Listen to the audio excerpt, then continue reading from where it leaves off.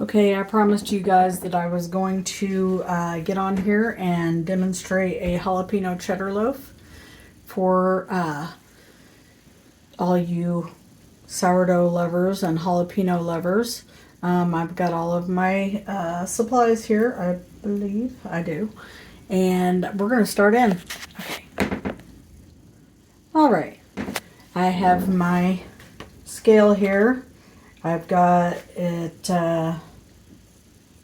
okay, it's zeroed out. All right.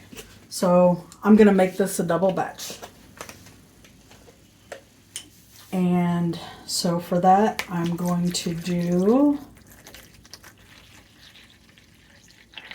right about 680 grams of water. That would be $3.40 a piece per loaf, rather.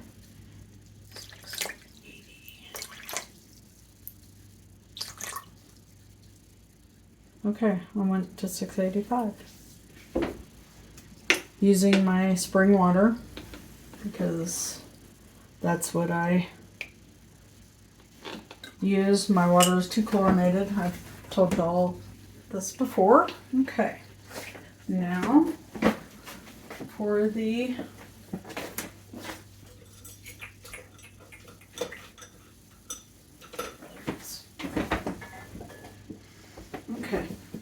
starter, I am going to use, it's nice and bubbly, if you can see that. Okay, so I'm going to add in my starter to my water, and I'm going to use 250 grams of starter.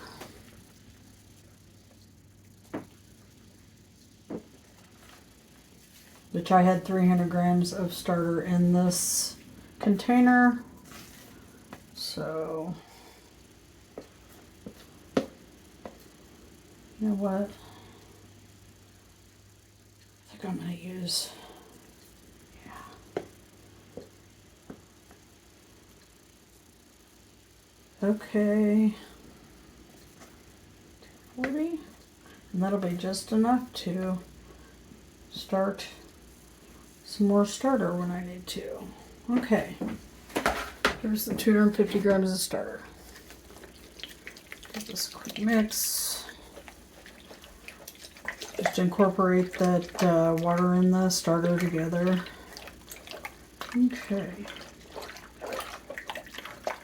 I do mine differently than many people do.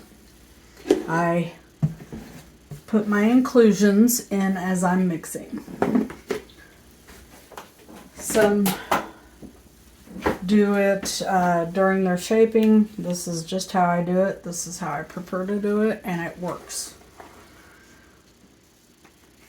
As you've seen in a past short, I think that's how I posted it on my YouTube channel, was I cut into a jalapeno cheddar loaf, and it was beautiful.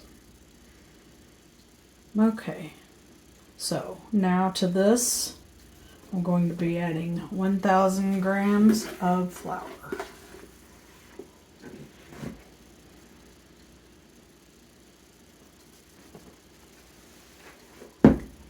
Okay, getting a little low here.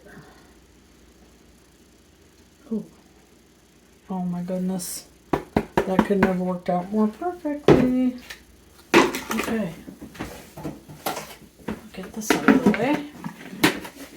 Okay, now for the salt. Okay, I'll be doing 24 grams of salt.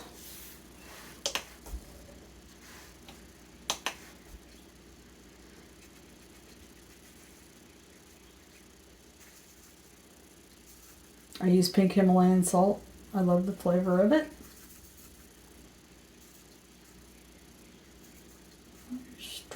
23, 24, close enough.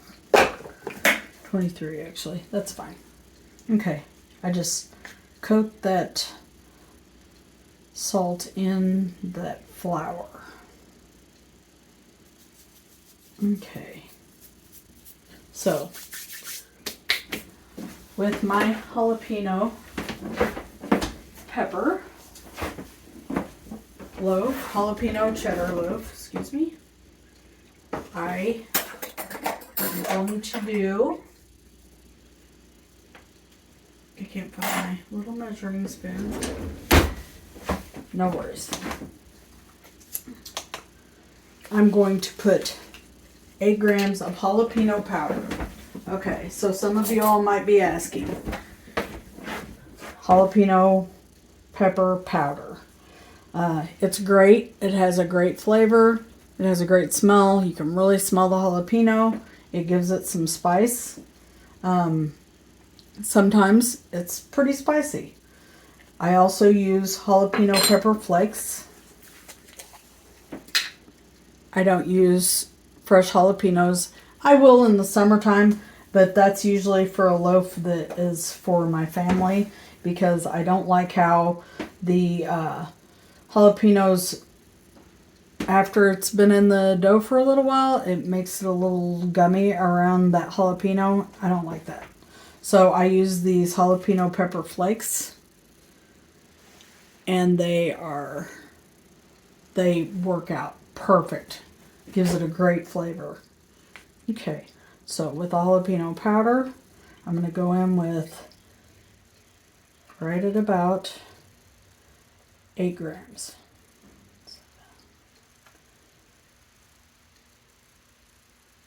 Oh, I'm sorry. 10 grams. I just recently went up a little bit because I actually made a loaf for myself and I didn't think it had enough jalapeno flavor, so I decided to ramp up my recipe a bit. Okay, and with the flakes, I'm gonna go in with right at about 8 or 10 grams of those as well.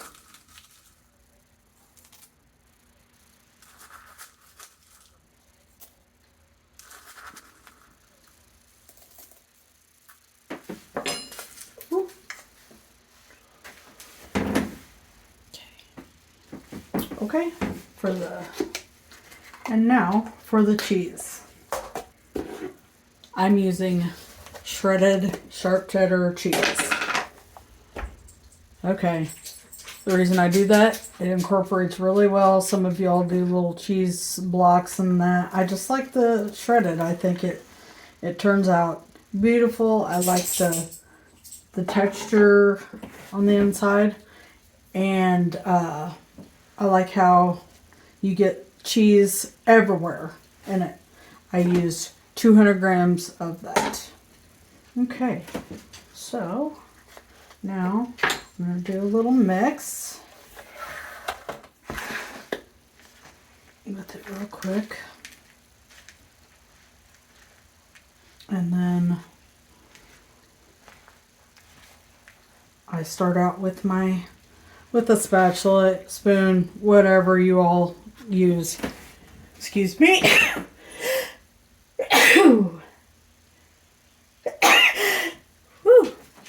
The jalapeno pepper powder just got to me. Okay. I start out with my little spatula here. I've got several. I just like the more firm little spatulas that you can use. I don't use a dough whisk. I don't like a dough whisk. I don't like all the little crevices and the little loop-de-loops where all that dough gets caught. They're hard to clean. I don't mess with it. I like to do things easy. That's one reason that I mix everything into this dough at once. I don't like doing all that mixing in with the stretch and fold and mixing. I think it's just easier this way. I think you get just as beautiful as a crumb and a loaf, and the flavor is great. It's definitely your inclusions are better distributed with putting it in the mix. And of course, there are some things you just can't add in right at the beginning. I do a roasted garlic and rosemary where I roast my own garlic cloves and everything. And so garlic is really, your dough is finicky. Starter and the dough is finicky with garlic. I have had loaves that didn't turn out so well because I added too much garlic. There's something about the microbes and stuff in garlic that mess up the, I'm not scientific, that mess up the, how your dough bulk ferments. So, I don't like to put all that extra garlic in right at the mix. I do put a small amount of garlic powder in that loaf at the beginning, but I have to fold in the garlic cloves on my garlic and rosemary loaf. But look at this. Look at that. That is going to, look how it's gonna be, you're gonna have cheese everywhere. You're gonna have cheese in every single bite.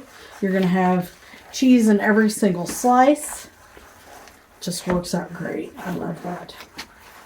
And that's why I put my inclusions in when I mix. I do that with my cranberry orange loaf. I do that with my blueberry lemon. I put everything in at once. Now, granted, I do not use the fresh blueberries in that. I use dried blueberries. Dried blueberries, dried cranberries, or craisins, as some of y'all call them. But anyway, yeah, here we go. Look at that. Look at that. Okay, there it is, guys. It's not hard to do it like this. You don't have to spend all that time in your shaping, in your extra steps for your stretch and folds or anything like that. So, yeah, that's going to be a good loaf. Or 2 loaves, actually. You know what? Actually, it's going to be 3 loaves because I need 2 small loaves and 1 large.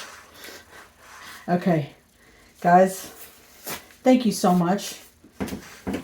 As promised, I mixed that up.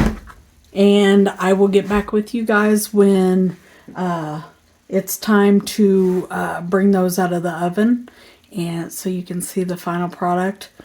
I may get to slice into one of them. I'm not sure. All right. Thank you. Have a good day.